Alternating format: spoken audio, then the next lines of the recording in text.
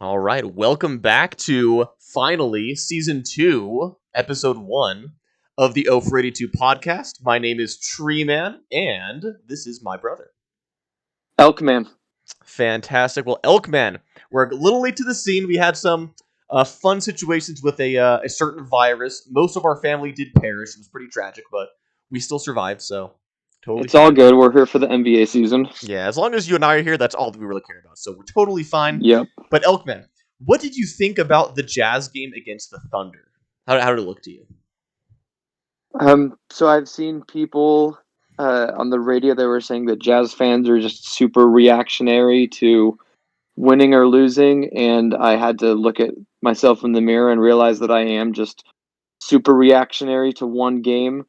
And I had to listen to some stuff that I just pushed out of. The Jazz are just a slow starting team. There's nothing that we can do to fix it, and it's been like that since 2015-16, Mm-hmm. where expectations are high and then nothing starts off. But I mean, if the past 4 to 5 seasons have shown me anything, I'll try to just keep faith in time, even though it's hard not to be concerned about turnovers or bad individual defense. I think turnovers were I'm pretty certain they were consistently a problem. So Yeah. I'll just have faith that that will sharpen up with the system that I guess is pretty complicated. Yeah, a lot of the turnovers, especially in the third quarter, were just kind of atrocious. It was like the easiest, simplest turnovers you could have avoided, but they just kept tossing the ball to the Thunder. So that was definitely a little concerning. I'm sure you've seen David Locke on a Locked On Jazz say that turnovers aren't that big of a deal. To me, they are, Yeah, though, because like if you turn the ball over, it's the equivalent of a missed shot and a guaranteed rebound for the other team. I would love to see stats where instead of having turnovers counted as their own stat, they should be counted as missed shots for the players. I think that'd be a much more accurate way of saying just how productive they are on the offense. But like if someone shoots like let's say 5 for 10 but have 4 turnovers, to me that's like 5 for 14 shooting because you literally gave them the ball 4 times in a row. So I think it's yeah, definitely and something they need to address more. with watching the game last night, there's turnovers that are you know that happen just because you're being very active and passing a lot, and that happen when you're just not an isolation team that are par for the course Mm-hmm. of ball movement. But the ones last night were not like that. They were just as lazy as it possibly gets, and so watching just fast break after fast break for uh, that team was really really annoying. Mm-hmm. Yeah, and then also one thing I want to talk about was Donovan Mitchell. Like obviously we didn't have a preseason podcast, but I'm really tempering my expectations for him and the Jazz this year because he went crazy in the bubble. He scored like 36 points per game. Lots of people think he's going to average 26 or 27. I don't think that's going to be the case. I'll probably get to that more in just a little bit, but I'm not sure if you know, this season through 3 games, he's shooting 32% from the field and 27% from 3 point range. He's been I think abysmal he's so far. I think he's also taken um I think he's taken more shots than how many points he has. Yeah, I think it was 62 shots to 61 points. I think you're right. Yeah, yeah. Yeah, so definitely, I don't know what's going on with him. Like watching the games, he's really trying to force like mid-range, like step backs and step back 3 pointers, which is kind of weird. Like he really really wants to get those going, I guess. But we'll see. I'm sure he'll turn It around seems eventually like because yeah.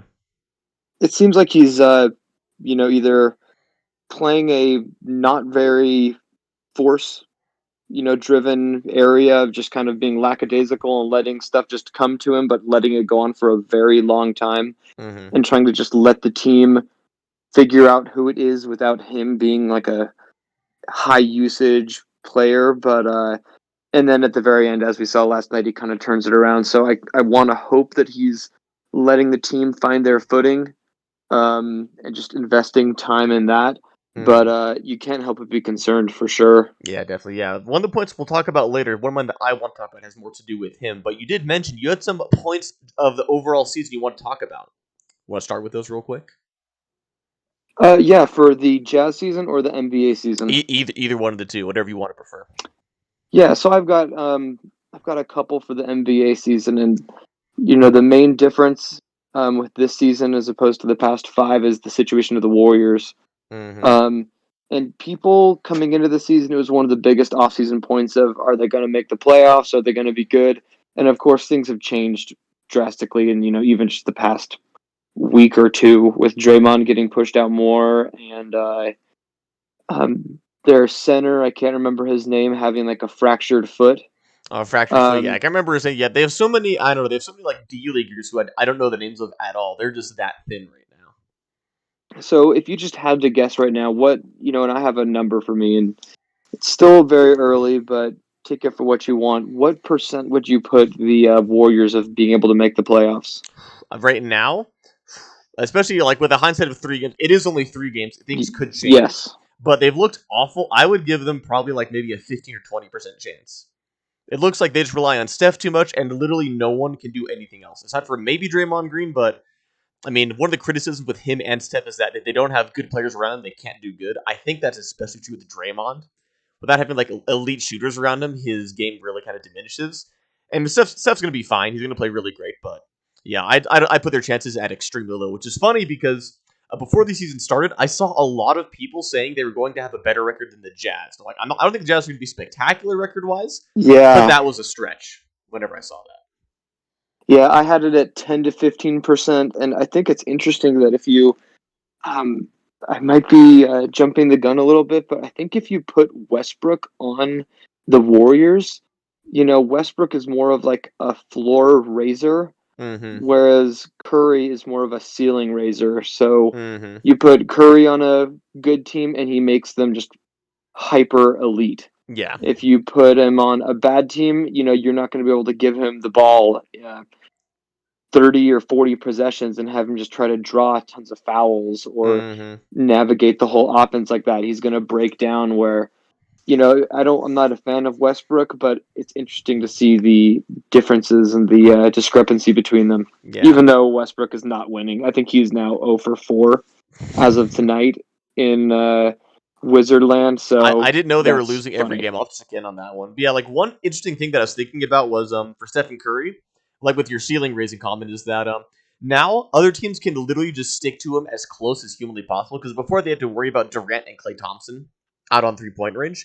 Now both those guys are gone, so literally if anyone else shoots, it's a victory for the team that's playing against the Warriors. So he's got his Except work cut out for for him. 2 nights ago when they all just went super hard on Curry, and then they gave it to Kelly Oubre, and he hit a game winner. But I would Mm-hmm. not bet on that happening. But it was funny to see. Yeah, Kelly Oubre. I think also statistically he's had one of the worst like shooting percentages in the entire NBA this season. I think he's had like significantly more shots than points so far this season. So not There something was you a definitely want to graphic rely that on. showed on the Warriors broadcast of Klay Thompson and his 45% shooting percentage for his career with the Warriors, and then it said replacing Klay with bricks, and it showed the 3-point field goals from Kelly Oubre and Andrew Wiggins, and it was like maybe 3 for 25 or something like that. It was crazy. So Mm-hmm. it's the polar opposite of Klay Thompson. Yeah, the Warriors. Yeah, it's gonna be. Yeah, like I said, a lot of people overestimated Curry. Like he's definitely one of the best players of all time. But like you said, if he's put on a bad team, his potential is severely limited. So it's gonna be interesting to see how Yep. that goes. We neither of us think they're gonna make the playoffs. That was one of the points I wanted to go over. So thank you for bringing that up already. And there was Awesome. one similar thing I want to talk about with you as far as like further on down the line. What's a non-Jazz playoff matchup that you would love to watch? For the East or the West, Either or it both. could be a finals matchup. It could be like one that you just really want to see. I think that I'm not sure if you saw, but tonight on TNT, the Heat were Oh yeah, they were getting destroyed by thrashed. the Yeah, yeah, Bucks, I saw they were down by 20 in the first quarter last I saw. I'll check the score while you're talking. Though. Just keep going. and so with Giannis, um, you know, dedicating himself to Milwaukee and um, being a Heat fan, that I like to think of the Heat as being Giannis's kryptonite, where Mm-hmm. similar to early LeBron and the Cavaliers, a team with a good system defense is able to neutralize him and pinpoint his weaknesses and expand them a lot. Mm-hmm. And so I really like. I think that Milwaukee and Miami matching up again together. Milwaukee retooled, and even though they didn't get Brogdon, of course, they have Drew Holiday, which is phenomenal. The Heat will just be getting all their same people back. A little bit of changes, like Jay Crowder and Derek Jones Jr. are gone, but Mm-hmm. more people in the system for more time, more chemistry, and then some of the young guys, Duncan, Tyler, getting better, and Bam as well. Mm-hmm. I like that could be a really good matchup, not just this season in the regular season and in the playoffs, but numerous years in the future. Exactly. So Yeah. I will go with that. Yeah, that would be a fun one to watch. Yeah, for the Heat to get destroyed, I'll give you the final score. It was 144-97, if you can believe that. Yeah, that is And Giannis that's only scored creeping up on 9 Clippers. points. He only attempted 9 shots and he had 9 Oh wow, points. So I did not see that. yeah. However, Jimmy Butler wasn't playing. Of course, like this, I don't think it would have made much of a difference in this case if you're getting blown out by 47 points. But no, that'd be a super fun one to watch because in the playoffs, the Heat will be entirely different. We all know this, so totally fine. So what about you? What I would love to see initially, I was gonna say Dallas, the Mavericks against the Warriors, but that was before Klay Thompson got injured and the Warriors turned out to be just kind of terrible right now. So instead, what I'd love to see would be Phoenix and the Mavericks play against each other in the playoffs. It'd be fun to see Devin Oh, Booker actually get interesting. there, super high scoring. Seeing what Luka Doncic and Porzingis can do if either of them are healthy. That would be a super I would just watch it and root for both sides. That'd be super super fun to watch to see just how many points each guy can get on the board. So that's one that I would Yeah, love to those see are both personally.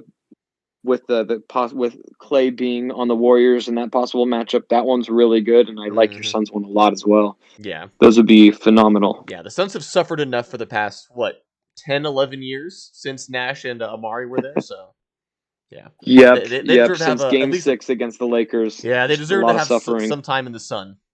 I'm just kidding. That's the most stupid joke of all time. But still, that was what I wanted to see. What was another NBA point of views you wanted to go over? Yeah. So building off of that as well, I have a question about the Mavs and Porzingis.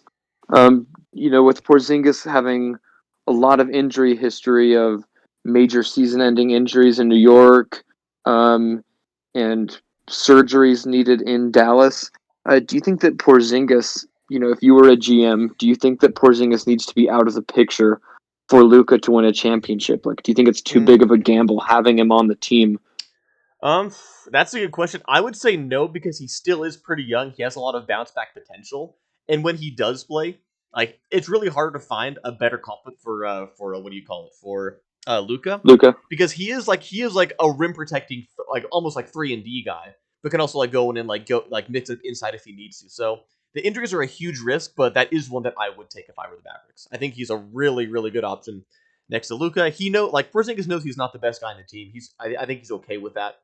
So yeah, I think he's content as long. Like you have to bank on health, but lots of teams do. Like Kyrie had to be healthy for the Cavs to win a championship. Steph had to stop getting injured every year for the Warriors. So everyone relies on it to some extent. Yeah, So I would be okay with it personally. yeah, you may be correct. You just have to take a gamble, even when the chances might be 40% or less than half that Mm-hmm. Porzingis stays healthy. And Yeah. that's just a pessimistic view of it. But for myself, I maybe being scared doesn't get you wins, but I would actually trade him to get some other stuff. Mm-hmm. Yeah, that is a But valid it's thing to do. you Yeah. gotta scared money doesn't make money. So Mm-hmm. Yeah. Either way, the Mavs are in a tough situation. I'm excited to see what they do, though. I think they'll be fun to watch regardless. So we'll keep our eyes out for them. All yep, right. absolutely. And then also, I want to ask you, what do you expect of Mike Conley this year for the Jazz? Because he had a terrible season last year by most metrics. He kind of turned around the bubble. But how do you think he's going to fare this season, though? 3 games in and going forward. So I was talking with one of our friends, Mattlemore, and he the topic of Mike Conley came up, and he was not a fan of Mike Conley, and I think that him and a lot of people were soured on Mike Conley from early struggles in the season, getting hurt, and then the Jazz doing really good. And that whole portion of the season ended up being probably almost half of the season, Mm-hmm. maybe 25 games in or even 30 games in, and the Jazz are at like 500. And Mike Conley isn't doing too well, and then he gets hurt. The Jazz go on a 10-game win streak, if you remember. And, that put Mike Conley in a pretty bad. It painted him in a bad image for a lot of people. Mm-hmm. I think people have just kind of, even though it was not long ago at all, the shortest offseason in any sport ever, like he did really good in the bubble and in the seeding games. Yeah, And I was a people believer say, in the bubble Conley. I think that was a more accurate depiction of what he can and will be going forward. But keep going. yeah, yeah, and so, and people have said this a lot, so maybe it's being overused now, but a lot of people forget that the Jazz were the smallest amount away from going to the second round, and I think it's too presumptuous to make the assumption that the Jazz would have made it to the Western Conference Finals because I've seen Mm-hmm. numerous people say that and just assume that they would beat the Clippers. Mm-hmm. Um, I'm not sure if I believe that, but it definitely would have changed the story because people would have remembered and seen his. I'm not sure what his series numbers were against the Nuggets, but I think that they were pretty good, even though he missed like 2 games. Mm-hmm. Um, or maybe it was just one. Either way, I thought that he was going to be really good this season. Our friend did not, and so I just said, we will wait and see. And so far, 3 games in, he is looking really, really solid, and Mm-hmm. I'm excited by that. We'll just call it a triple double last night he had. Yeah, Triple A. One assist shy. We'll give it to him though. I'm sure he got one somewhere else. No, what I've seen from him this year though that I'm liking a lot more because what I saw in the bubbles, what I'm seeing right now, he's focusing a lot more on shooting threes, which like I feel like earlier last season he really wanted to get his floaters off. That was like his favorite thing to do. It still kind of is, but he's really dialed that back quite a bit.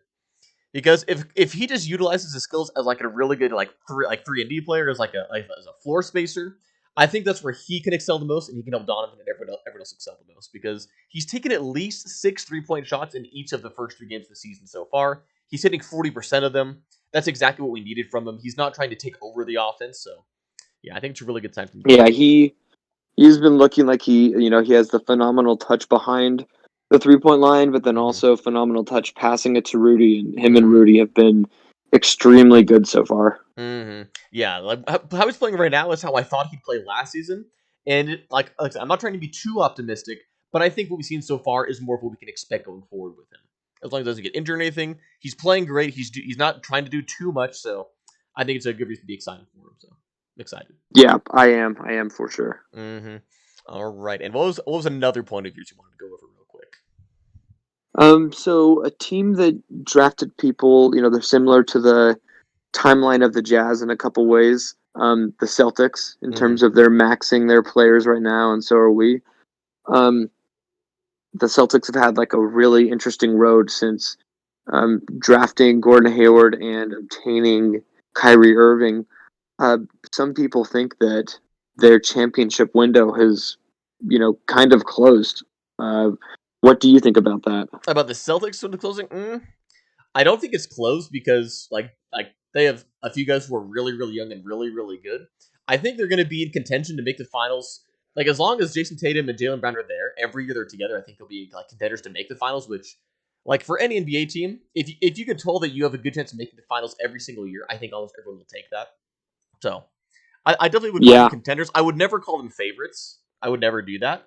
But if they made it to the finals, I would say it's far from a shock because they're both playing really, really good. The main issue is Kemba Walker. He's getting older, and his defense obviously is a bit of a liability. He's got a bit of the Isaiah Thomas factor where he tries, but he's just very small. So yeah, we'll and have to see how maybe it that was, goes. a similar thing with Mike Conley of him not being familiar with the system, but Mm-hmm. his offense did not really fit in there well. He was the detriment. I mean, his knee may not have been good against the Heat, but he was the main detriment against the Heat. Mm-hmm. Um, you know, they have Tristan Thompson now, and their white starting center was not holding up in the playoffs and was Mm-hmm. also another weak point for them. They were wanting another center, but a lot of their draft stuff hasn't sorted out the way that they expected it to. Mm-hmm. Teams did better or worse, and the picks were delayed and not as good as they were expected to be. Um, and you're right; they do still have great young players: Marcus Smart, Jalen Brown, besides uh, Jason Tatum, of course. But Mm-hmm. you know they don't have really many other people coming up the pipeline. That one, Will R. Williamson, their backup big man, that's really young, and he's like a Mm-hmm. small ball big man. He has a little bit of promise, but I listen to some Yeah. Celtics podcasters, and they're not super excited about him. They think that he could be good, but not really a playoff starting person. Yeah, they don't really have a playoff caliber like center anymore. They have Taco Fall, who's kind of like a meme at this point. Daniel Tice, their white center, he gets beasted and feasted on by actual good big men like Bam Adebayo. So yeah, as far as big men goes, Tristan Thompson, he's impressed me so far. Tristan Thompson has, but I mean, he's just one of those guys where he can't really shoot at all. He doesn't space the floor, and Brad Stevens plays him at power forward, so that's like a severe lack of spacing they have going on there. So Yeah, yeah, like I said, like I could but with see. a really good coach, it'll help Yeah, like I without a could see doubt. them being like the Detroit Pistons of the early to mid or like and even later 2000s. Because I think the Pistons made the Eastern Conference Finals. I think it was like 6 years in a row they made it there. I could see the Celtics pulling off something similar, but ultimately getting bounced by the better teams, whatever it comes down to it. So I Oh, could see that's them a moving great forward. comparison. Yeah, I like that. Mm-hmm. So yeah, I think conference finals, what I expect from them. NBA finals, I don't expect. Even and if they do get there, I certainly would not have them beating anyone from the West, whether it's the Lakers, Clippers, or the Suns, whoever manages to come out of the West this year. So we'll see how that Yeah, goes. yeah. All right, fantastic. And then this Booker loves to one, get 70 points against them, so yeah, he did. Yeah, so yeah, it's gonna be pretty rough for them. Like they're good, but I don't know, they're so close to being what is it? Not being great, but what like still a little side tangent. Jason Tatum has the worst tattoo I've ever seen. He has like barbed wire coming out of his left shoulder, and it looks absolutely awful. yeah, I remember you mentioning before that this isn't about his tattoo, but just that his expressions all the time looks very Yeah, lost and confused. yeah, and his jump shot makes me really uncomfortable. He like hyperextends his elbow every time he does it, and I'm just like, ugh, it just gives me Yeah, shivers and every just single more time. stuff to pile on Jason Tatum. Yeah, He a lot of times recently he's been just isolating really hard in the playoffs, and it's happened at the end of a close game that they ended up losing this season. You know, the Celtics have a lot of system that they could get positives out of, but it's just 30 feet from the basket, Jason Tatum ISO, and Mm-hmm. then a shot that is not really too special. Yeah, So, I've actually read that he's taking like his free throw percentage is incredibly low this year. He's taking a ton of mid range jump shots. Like he's really trying oh, to like his channel free his inner throw rate. yeah free throw. Yeah, he's really trying to channel his inner Kobe Bryant, but he's not Kobe Bryant, so it's not going to Yeah, work. that's kind of hard to do. Mm-hmm. Yeah, that's the hardest thing to do. Awesome. Well, what point do you have next? All right, so so this has to do with slightly random. Who for you is the greatest player of all time? Oh, I'm sorry. Say that one more time. It cut out. No worries. So who for you is the greatest player of all time? Um,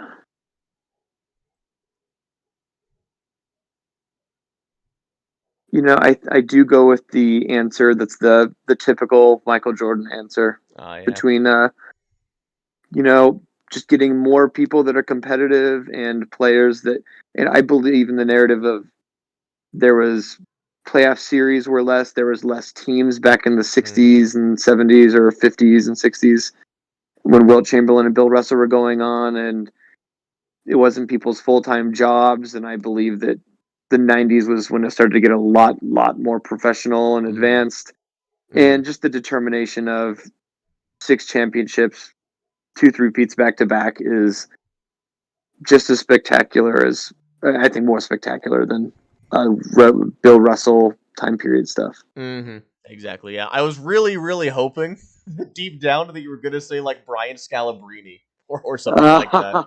I was like, if he does The this, second, it'll be yeah. legendary. Now, because I don't know why, like me and my old friends, we always would have the funnest time debating who's the greatest player between like Brian Scalabrine, Sasha Vujacic. Who's the guy that like ate too many edibles? Oh, Dion Waiters on the Miami Heat. Dion Waiters. We always talk Yeah. about him being the greatest player of all time.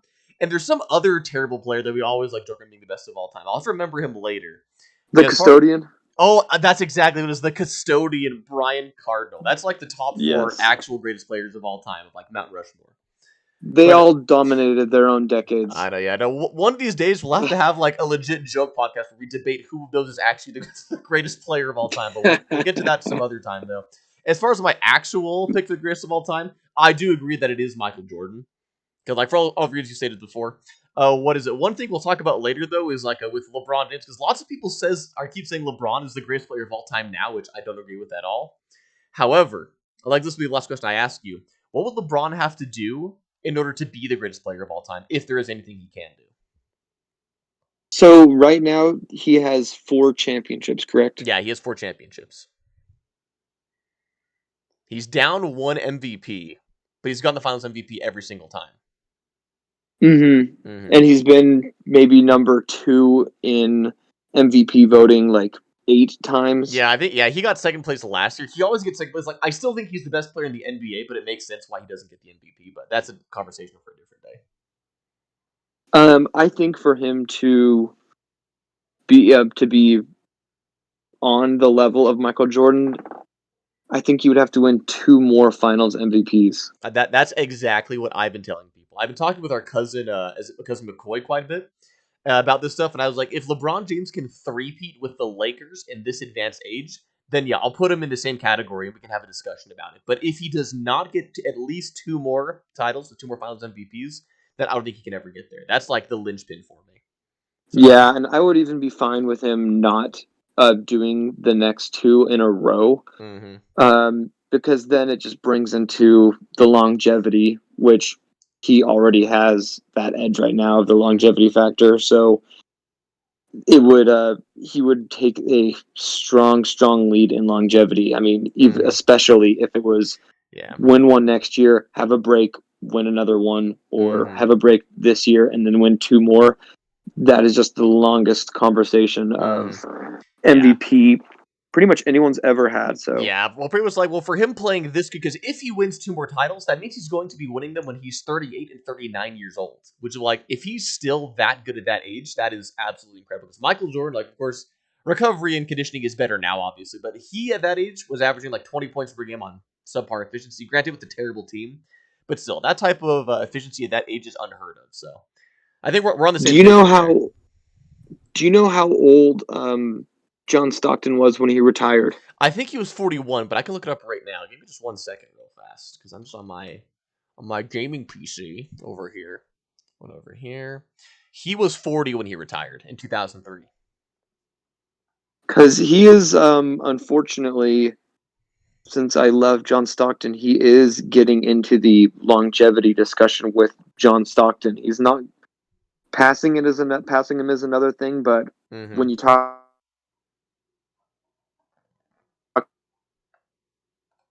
Oh no, you cut out a little bit. Are you still with me? yeah, I'll just say it again. Mm-hmm. Um, with John Stockton retiring at 40 and how long LeBron's been an MVP, John Stockton wasn't playing as high of a caliber for as long, of course. So even if LeBron isn't as long as John Stockton, when you think about longevity in NBA players, it's going to be LeBron and John Stockton. Mm-hmm. Yeah, those two. Them. Karl Malone as well, I'd say. I think he played to like 38 and like as an all-star level, but LeBron's going to be at Okay, an yeah. MVP level at that age, which no Yep. one else ever does in almost any sport, except for like Tom Brady. But I don't like football, so we'll talk about that later. All right, well, fantastic. Well, in that case, any other points you wanted to go over, Mr. Elkman, or was there something else you want to talk about? Yeah, one more for the NBA and particularly the West. Mm-hmm. So I personally uh, just do not believe in the Clippers. Mm-hmm. So, first of all, just yes or no. Do you believe in the Clippers being the second team to the Lakers? Regular season, yes. Playoffs, no. Okay, so I agree with you on that. Who in the playoffs would you consider number 2 in the West, strength wise, against the Lakers? We're talking about teams, right? Yep. Teams. That is a really good question. As far as like who can match up against them, like of course I don't want to be full homer and say the Jazz, but the Jazz did get Derek Favors, which is kind of a big deal for like trying to do with Anthony Davis the entire time with Rudy Gobert. But as far as other teams goes, if Porzingis can be healthy, the Mavericks would be good. I'm trying to think who else is even available. Because the Nuggets, I would say the Nuggets, but I feel like they got worse this year because they lost Jeremy Grant, who is I love Jeremy Grant with all my heart. He's a really really good player. And Michael Porter Jr. is terrible at defense, so who else is even available? Just give me 1 second to think about that real quick. Lakers, the Would Rockets you suck. consider the Blazers? No, The Lakers handled them too easily, and they were just getting Yeah, well, I over mean, CJ McCollum did have a severely injured back, and it. Mm-hmm. I recently hurt my back for the first time in my life, and his was more serious than mine, Yeah. and it was unbelievable. And so, I wanted to think during that series that the two guards Mm-hmm. running around and would handle, would put up a decent fight for the Lakers, but Damian Lillard didn't play the last two games of the Yeah. series, and Mm-hmm. um, and CJ McCollum was hurt, but I still agree that they do not stand a chance. Yeah. But Well. Yeah. there was a lot of things going the opposite way Mm-hmm. for them. Yeah. Well, interestingly enough, something I read about yesterday. We'll have to go over this more another time. Damian Lillard is actually not a good playoff performer, if you can believe it. Like all of his stats and like shooting percentages drop off significantly in all but maybe 2 series he's played in. He just really Oh, does not do a interesting. Yeah, good we will job. have to So dive deeper into yeah, I that. think I found that out just today in a video I was watching. So yeah, we'll have to look into that later to like maybe analyze and see if he's maybe like if he's Paul George in disguise, but he actually hits big shots. So we'll have to do that more. But if I had to give the final answer, like definitely, I'll go full homer here for a moment. I think the only team that team that has the best chance at stopping them would be the Jazz, just because they do have Rudy Gobert and Derek Favors trying to go up against like a what is it called, like Anthony Davis. But even then, the Lakers just have a lot of weapons. I still think they're the heavy favorites. I'd be shocked if they didn't win the West this year. Yeah, I do think the Jazz are the. I say the same thing, and unfortunately they added Oh, Schroeder. I know. I don't say his name. I hate Dennis Schroeder. He always annihilates the Jazz every time we play. So Exactly. So that's a particular dent in the Jazz's armor, a big dent. But the Jazz are, I mean, they could possibly be one of the deepest teams in the league. And they're one of the few teams that can match up size wise. mm-hmm. And they have some familiarity in their roster. A lot of teams are just turning over so quickly, just trying to hope they can find something good. Yeah, And that's a really hard game to play. So yeah. having a lot of continuality on the Jazz Mm-hmm. should really help. Yeah, and I think as far as like other like players, I think Donovan would play really good because a lot of people got on him for playing bad against the Rockets, but the Jazz always play bad against the Rockets. Doesn't matter what Jazz player you are. That's just a natural, not good matchup. But I think against other teams, I think Donovan can play really, really good. So I think he'd be fine in that series. So I would love Yeah, to I mean, see the Jazz and Lakers. Like I wanted to see it last year, but we didn't. So hopefully the Jazz can put together a playoff run or get the 8 seed and then play them in the first round. We'll see how that goes. that would be phenomenal. Mm-hmm. All All right, so right. well, do you have any more points? No, that was what I want to talk about. Thank you very much. Perfect. So I have one more surprise segment for you. Ooh. So usually have Tree Man's random history segment to finish it off. And let me start this segment by asking if you heard about Anthony Edwards' draft silliness. Isn't he the guy in the Timberwolves that says he hates basketball? Is that him? Yeah, Yeah, I thought it yeah. was. People are like, "Do you love basketball?" And he's like, "Well, it's my job and I'm good at it. So yeah, Yeah, I'm good at I it." think And he he said he'd talks rather about, be in other sports if they gave him a call. He would just drop the NBA in a heartbeat. oh yeah, if the NFL just like an NFL team would potentially bring him on, he would leave the NBA. Mm-hmm. And he's also a very aspiring rapper. He says that his biggest rap inspiration is the new pop rapper Lil Baby, and he also was dissing Damian Lillard's rapping, saying that Damian Lillard is not a good rapper. So I'm hoping that we get a Dame Time diss track coming out about him. Mm-hmm. So, and this guy, Anthony Edwards, was one of the funniest recent draftings that I've seen. So, I thought that I would find some really funny draft moments in history and see if you are familiar or maybe teach you a thing or two. Oh no. Okay, I'm ready. All right, so we're going to start off old and come to the semi more present. Mm-hmm. So, starting in 1952, this guy Gene Conley was drafted by the Milwaukee Braves, which is a an MLB team, and he was really good with them. He got 4 All Stars and 1 championship in Milwaukee, And while he was with the Braves in a 11-year career, he also was drafted by the Celtics and won 3 championships with Bill Russell from 1959 to 1961. Interesting. So he's one of the in multiple different sport leagues. So if we're talking about greatest players of all time, we need to bring this Conley fellow up because he was a multi-sport talent. Exactly. He's white and he looks like Michael Rappaport. So yeah, we've definitely got to add him in there to all these conversations. So next up, 1973, 21 years after the legend Gene Conley, we have Dave Winfield. And this guy was drafted by an MLB team, an NBA team, an ABA team, and the NFL. Oh, wow. And the NBA team that drafted him was the Atlanta Hawks, and the ABA team that drafted him was the Utah Stars. With the Ron Boone Utah Stars. Yes. So a potential crazy good duo of him and Ron Boone. Unfortunately, never happened. He was taken by, or he accepted the MLB draft rights, and he eventually became a Hall of Fame player with them. Wow. He missed out. And He could have been a legend here in Utah. It's too bad. Unfortunately, he would have had a statue for sure. Mm-hmm. Next up, 1974. So the Buffalo Sabres, a NHL team, a hockey team. This player, Taro Tsujimoto, was actually a imaginary player drafted by the GM. He just looked didn't through the phone exist. book.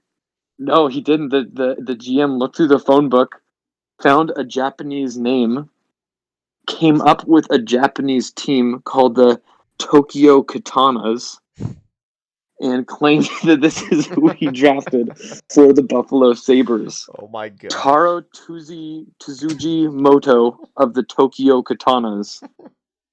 And in a couple weeks or months after the draft, the fans of the team found out that this was an imaginary player that their team had drafted. But that didn't stop them from, for multiple years after that, you would find their crowds chanting, "We want Taro! We want Taro!" Unfortunately, they never got him. Oh, we'll wait for him. And getting a Taro jersey, getting a Taro jersey would be a really meta or like inside joke thing to wear. It would be a Buffalo Sabres Taro jersey. I've got 2 more. So next up, this is a basketball one. I tried to keep these basketball, but not all of them. So in 1977, the Kansas City Kings drafted the Olympic decathlon gold medal champion Bruce Jenner. Ooh. He had no basketball experience since high school, except for one time he appeared in a movie in a YMCA scene. He made a basket. So extensive basketball experience, but he never played for the Kansas City Kings, unfortunately. That is too bad. He what year was that? Was jumped teams. Was that 1977? Yes. Yeah, I'll actually add one funny thing. In 1977, the only woman ever to be drafted in the NBA was drafted that year. Guess who drafted her? The Jazz, the Utah Stars. Yep, the Jazz, the New Orleans Jazz, the Jazz drafted did. her. Her name was Lucia Harris Stewart, the only woman to actually be drafted into the NBA. But she never played, so little extra fun fact. That would be a great jersey to have as well. Just a Harris Stewart. So on the back, like, who is that? Like, oh, we drafted her back in the 70s. You don't remember? Yeah. I'll get a Taro and you can get the Stewart. Sounds like a deal. And yeah, so he didn't join the Kings, and then he switched team to the ladies. So then now we're going to go back actually 3 years for my favorite draft pick. So In 1974, the Atlanta Hawks drafted James Littlejohn Williams from the Piedmont Hospital in Atlanta at 19.5 inches and 7 pounds 5 ounces. They drafted an infant baby. And yep, that, unfortunately, they were never able to get him on their team, even with a very early investment. James Williams, aka Little John, never joined the Hawks to Oh no. pair up with Dominic Wilkins or anyone else. Oh, that is. And I that's didn't know my you can funny even draft draft history. babies. That's crazy. Yeah, I think my favorite though by far was the Taro guy from the Tokyo Katanas, who didn't even exist. That's probably my favorite one of the bunch. Yeah. So I hope that you enjoyed those and all of the 0 for 82 production listeners throughout the world. Yeah, all of you. All. I mean, I'm pretty sure how many are there? There's like what, millions of them now. With Seven million? with our Papa John sponsor coming through in the clutch Mm-hmm. in this COVID crisis. Yes. Yeah, definitely. Mm-hmm. Yeah, did I you? think we saved lives with that. Yeah, we did. We saved way too many lives. Probably should do less work like that. But still, we'll work on that later.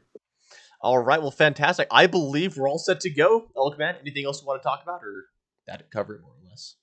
Nope. Just stay tuned, and you'll be getting more 0 for 82 pods coming up real soon. Absolutely, yeah. We'll try to get more episodes in during this brand new season, but we hope you guys have a great rest of your year. We'll catch you later. My name's been Tree Man. I'm signing off. This is Elkman. Long live Taro. Bye bye, everyone.